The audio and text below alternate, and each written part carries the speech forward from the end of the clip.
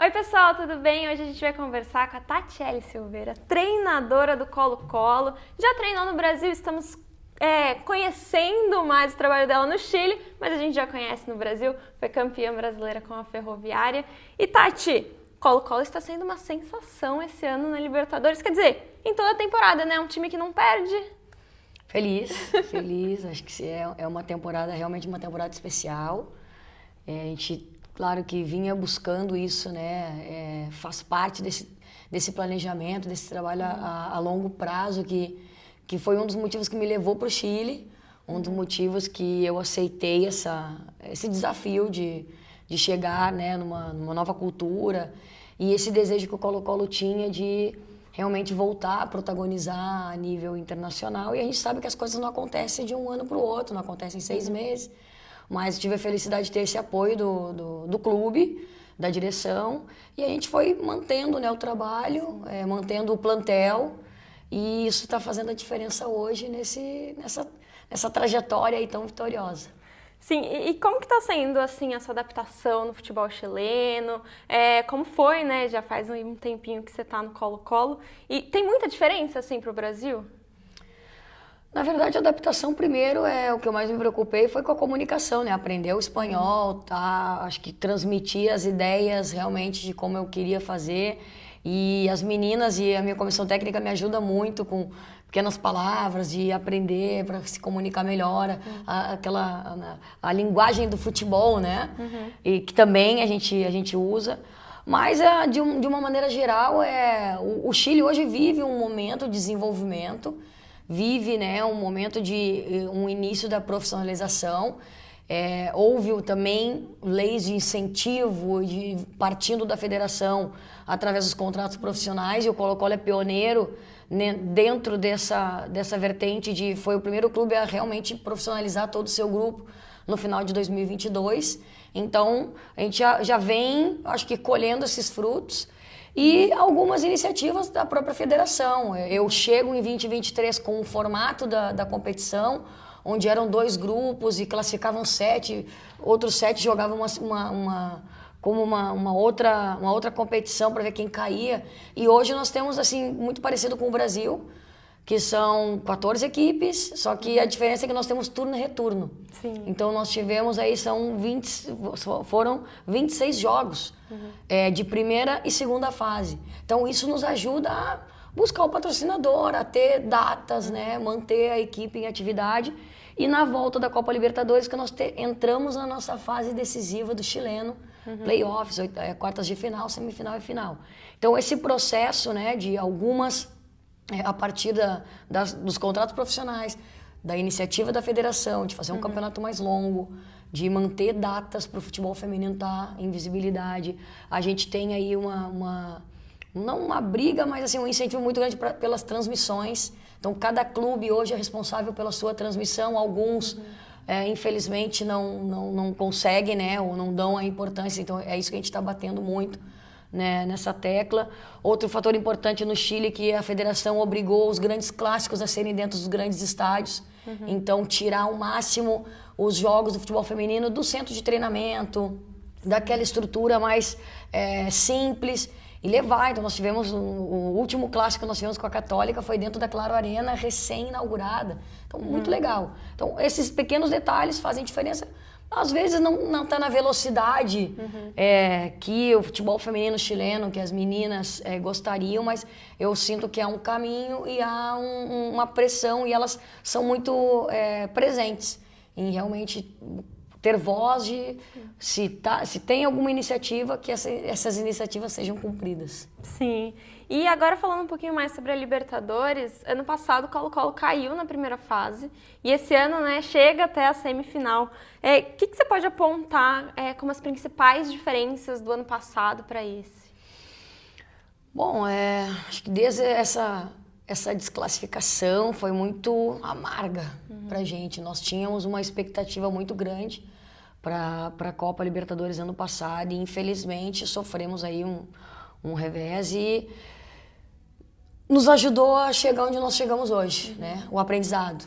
Às vezes a gente aprende com o erro dos outros, outras vezes aprendemos com os nossos próprios não erros, mas eu diria equívocos, o detalhe que nós não alcançamos e a manutenção de quase 100% daquele grupo. Então, para mim, a importância, né, de tu mexer com o bril da jogadora, entregar novos desafios ao longo da temporada.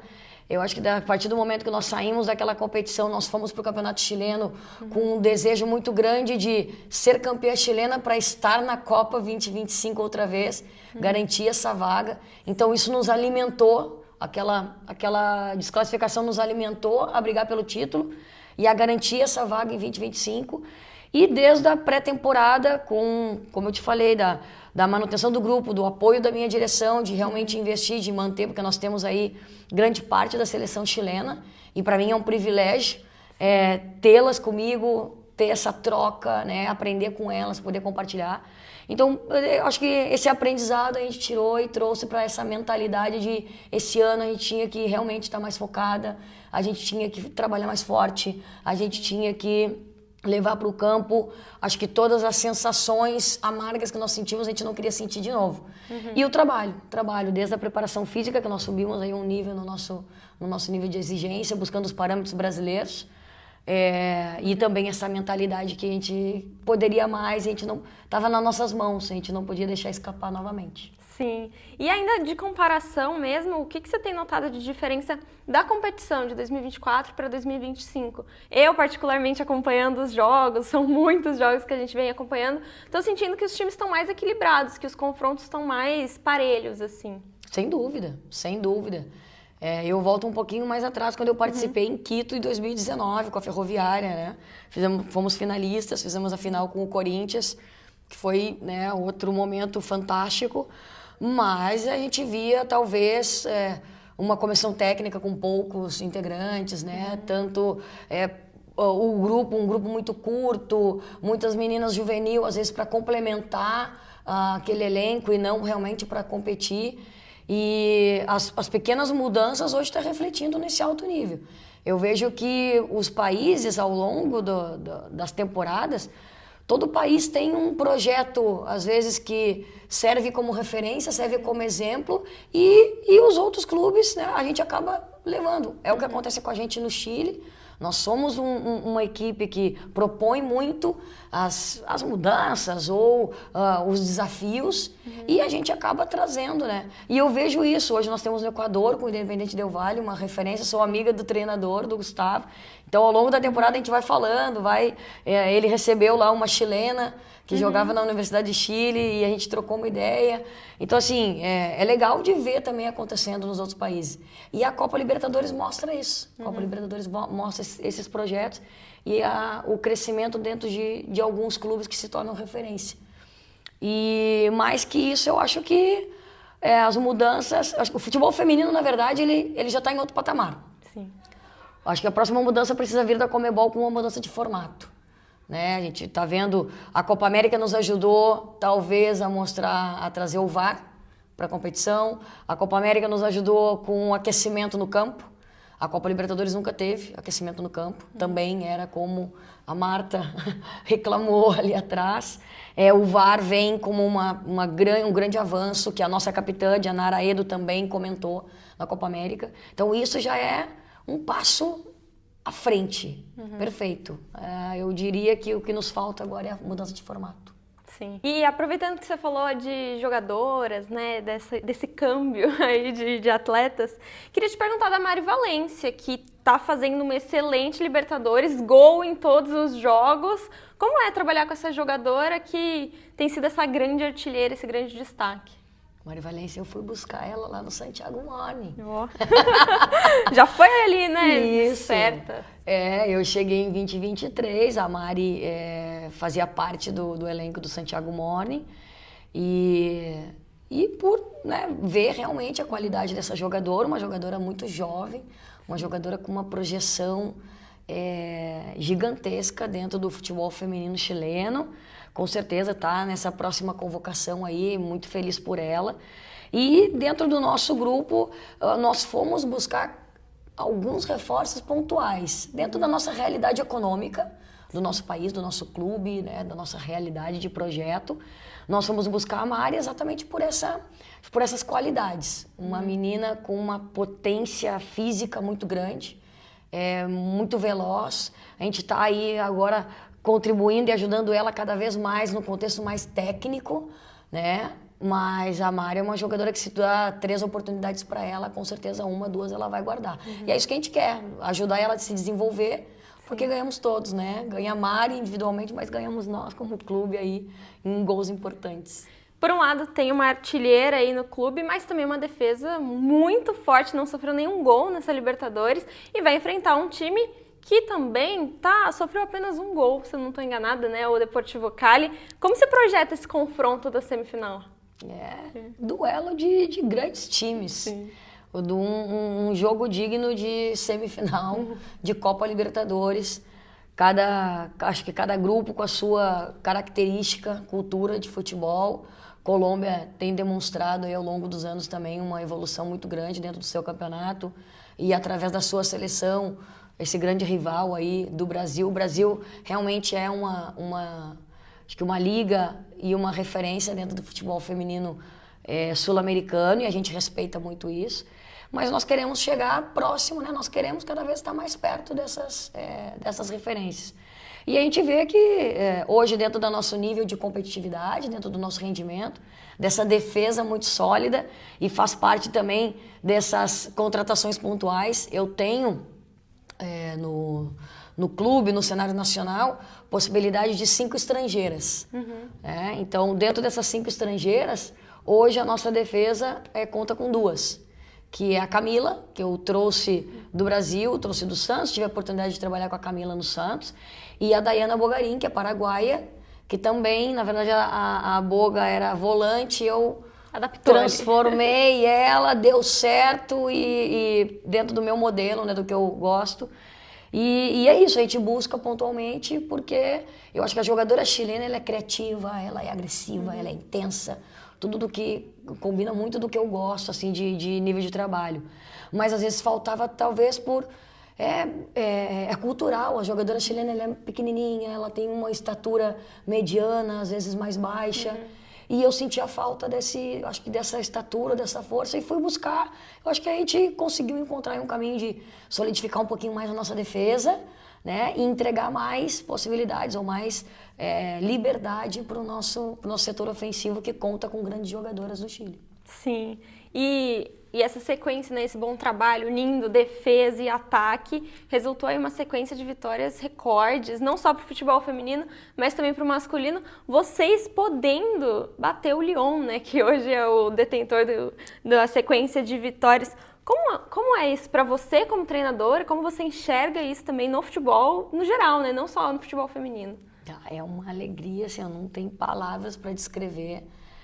Eu acho que se tu pergunta se em algum momento eu sonhei na minha carreira ter uma sequência e bater recordes, claro que a gente sempre quer ganhar partidas, né, ganhar jogos, mas é incrível. E as coisas aconteceram naturalmente, então é reflexo, é fruto de um trabalho.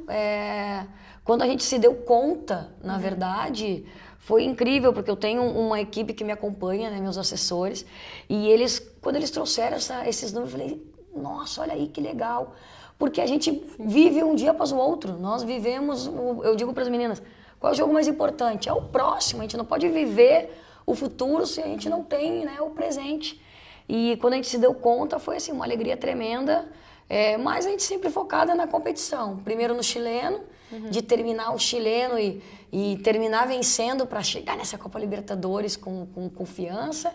E quando a gente veio para a Libertadores, né, para essas 6 finais, e muito, muito intensa, jogar a cada 2 dias é bem difícil. E manter a motivação dentro desse nível de performance. Então acho que a gente uniu aí uma capacidade mental que as meninas demonstram a cada dia de treinamento, de jogos. E eu, com a minha comissão técnica, de conseguir desafiar elas a cada partida. Não só da Liga Nacional, que a gente tem mais tempo de preparação, mas agora na Copa Libertadores, e feliz, emocionada por viver esse momento. E quem sabe, né, aí a gente vai viver esse dia a dia agora foco total na semifinal e no Deportivo Cali para seguir avançando, que a gente quer muito a final da Copa Libertadores. Sim. Você acabou respondendo, né? Então, o maior desafio de manter essa sequência seria a motivação ali das atletas. Mental, completamente. Porque mesmo um campeonato longo como a gente tem no Chile, foram 26 jogos, eu tive a oportunidade de rodar toda a equipe. A minha terceira goleira jogou 2 jogos como titular, então eu encontrei assim de misturar, né, de mesclar a juventude com jogadoras experientes, porque nós temos dentro da cultura do clube trazer a jogadora da base. Então, essa temporada eu trouxe 4 jogadoras da Sub-19, que elas já começaram a figurar. Então, a gente conseguia, ao longo dessa temporada, entregar minutos a essas jogadoras, fazer com que a minha equipe se mantenha motivada com a rotação, né, com essa rodagem, de dar bagagem, porque a gente pensa que é isso que a gente precisa na Copa Libertadores, às vezes. Foi o que aconteceu com o jogo que nós jogamos com a lateral direita. A Mitch não pôde jogar, eu tinha a Naice Fuentes, que é uma zagueira que também joga pela lateral, e a gente já tinha conversado, se eu precisar, a gente sabia que ia acontecer, não, mas eram 2 cartões amarelos, então uma coisa muito intensa. Então eu tenho essa possibilidade e a mentalidade de cada jogo sim é importante. Sim. E é difícil, não tem jogo fácil ou difícil, né? Adversário fácil, ninguém entrega de presente, pega aqui porque vocês... Mas sim essa gana, né? Essa vontade de manter o alto nível profissional e de rendimento. E a gente está aí colhendo esses frutos. Sim. Não quero pular etapas, mas me pediram para te perguntar. Colo-Colo se classificando, certeza que vai pegar um brasileiro, né? Numa final, podendo ser a Ferroviária, que você conhece muito bem. O Corinthians também, né? Que foi um adversário aí que você também conhece. E você olhando, né, mais para frente nesse cenário, você tem alguma preferência? Quem que você quer enfrentar? Um Corinthians, uma Ferroviária ou qualquer um dos adversários? Quero enfrentar um brasileiro. Ah, tá certo. Eu tô aqui, louca para enfrentar um brasileiro. A gente tá aí pensando muito, né, nosso foco total no Deportivo Cali. E quem sabe, sim, fazer um bom trabalho e ter aí a possibilidade de enfrentar qualquer um dos dois. É um páreo duríssimo. Né? Com certeza vai ser um grande jogo também do outro lado nessa semifinal.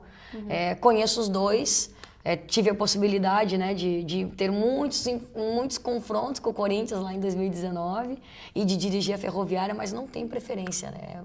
O foco agora é vencer o colombiano e enfrentar aí esse representante brasileiro na final, quem sabe com essa possibilidade. Sim.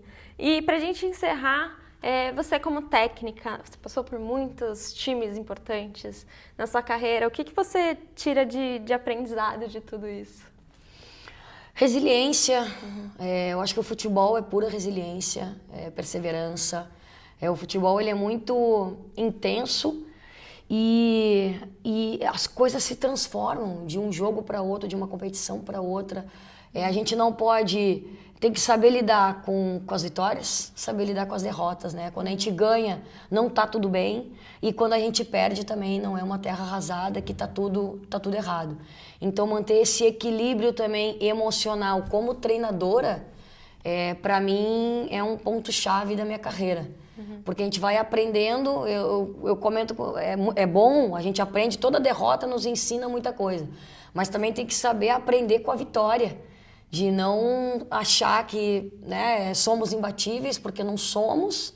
O futebol ele é mágico por isso, por às vezes proporcionar grandes duelos aí de equipes, às vezes com menos investimento, com grandes investimentos, a gente vê que as coisas acontecem.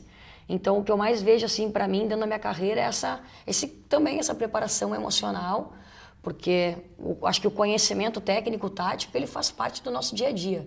Qualificação faz parte do dia a dia. O mesmo futebol que se jogava 10 anos atrás não é o mesmo de 5 anos atrás, assim como tu comentaste da própria Libertadores. A Libertadores que eu joguei em 2019, o nível técnico hoje é muito maior. Então, se eu não venho, né, evoluindo, não venho me qualificando ao longo das temporadas, eu talvez não teria condições de estar competindo hoje como a gente está competindo. E a preparação emocional, porque é isso, tem que saber perder, tem que saber ganhar e tem que saber se manter nesse alto nível.